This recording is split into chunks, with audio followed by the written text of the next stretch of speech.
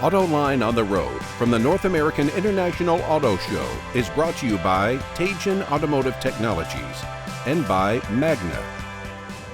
Carlos, so many things to ask you, not enough time to ask you about it. You're not all that keen on EVs. You're saying, whoa, slow down a little bit. We have to allow for a transition. Explain your position, please. Well, it's very simple. EVs can be wonderful to ensure that we protect the planet from a global warming perspective. For that to happen, there is a very specific sequence that we need to respect, because we need to think about it on a life cycle analysis perspective, not only the mobility tool, but the way you produce the energy. So you should start by producing clean energy. Producing clean energy is not an easy thing to do, so it needs some time. My guesstimation is that for the world to be 80% clean energy supported, you need 20 years lead time. It is the longest lead time, so you start with the clean energy. That's number one. Then the second one is you want people to feel comfortable about charging their EV, which then means the density of the charging network for EVs needs to be quite high.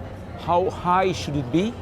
Well, 10 times more dense than the density of the filling stations, because you need 50 minutes to charge significantly an EV and you need 5 minutes to fill your tank. So but it's okay if some of that charging's at home, no? That's better, but that's very specific to the US market, as we all know. And if you look at the world, that needs 10 years lead time. So 20 years for clean energy, 10 years for infrastructure. And then you need the mobility tools, zero emission cars. For that you need 5 to 7 years. The problem that we are facing today is that we did it the other way around. First we asked the car makers to make EVs, and we did it because I have 30 different EV models on sale around the world. So the cars are there, please buy them. Then people will look for the infrastructure. And they will say, I need more density, give me more charging spots around my place. And then somebody will say, now you can charge your EV, but what about the energy? Is it clean? If it's not clean, the efficiency of the EV is not optimal, so you need clean energy. So what I'm seeing is that if you have a strategic approach of this big problem that we want to solve, start with the energy, clean energy first, 20 years lead time, then the infrastructure, 10 years lead time, and then the products. Actually, the reality is that products are already on sale, so we need to speed up the two other factors to make this work, because I think we need to make it work for our kids and our grandkids. Great points. But the other reality too is Europe is already saying that it's going to ban the ICE starting in 2030. Here in the US, California, 2035, around the world, other countries too. Isn't that kind of forcing your hand? Of course it is. Because we are companies that respect the rules.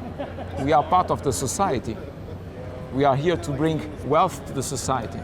Actually, we are here to bring solutions for protecting the freedom of mobility.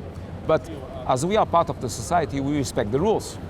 The rules are decided by the people who are elected by the citizens. So the citizens decide at the end of the day.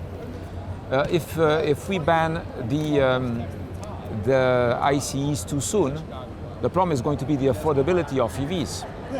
Because you cannot ban mobility and you cannot prevent middle classes from being mobile, because that is going to destabilize your society. It's going to be a big social issue.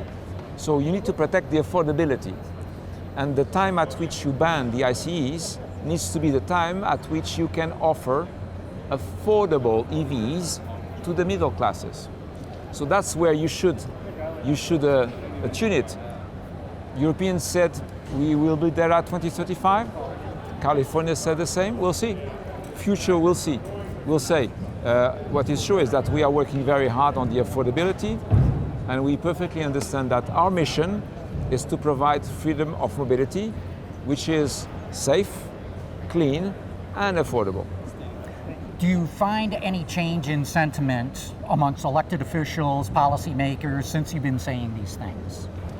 Well, not necessarily, but they see things unfolding now. I've been saying this for at least 5 or 6 years, so it's like a broken record. And now they see things unfolding. They see that, yes, if you buy an EV, you want to charge your EV. And you need to be able to access a charging spot that is available, that is working, that you can use with your card. So it is unfolding, and they see the problems coming. So I think they will start listening. But I've been saying this for the last 5 years at least. Last question. 2030, where do you think you're going to be in terms of what you're talking about? This affordability issue, the density of the charging infrastructure, and so forth. I think that we will be close in terms of affordability. As you know, our strategic plan, therefore, 2030 is quite ambitious. I've already committed to my investors and to the community that I would keep my company on a double-digit operating income margin.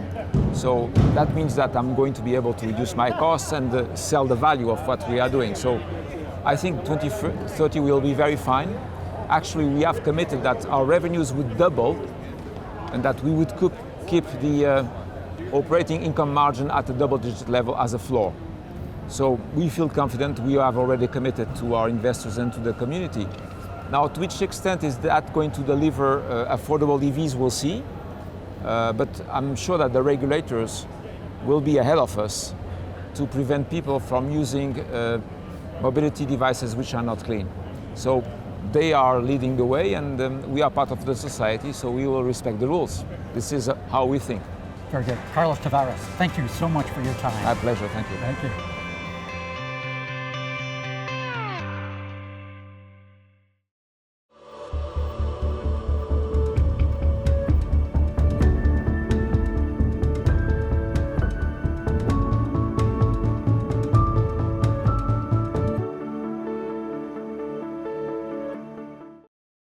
Some things are good for a while, until something better comes along.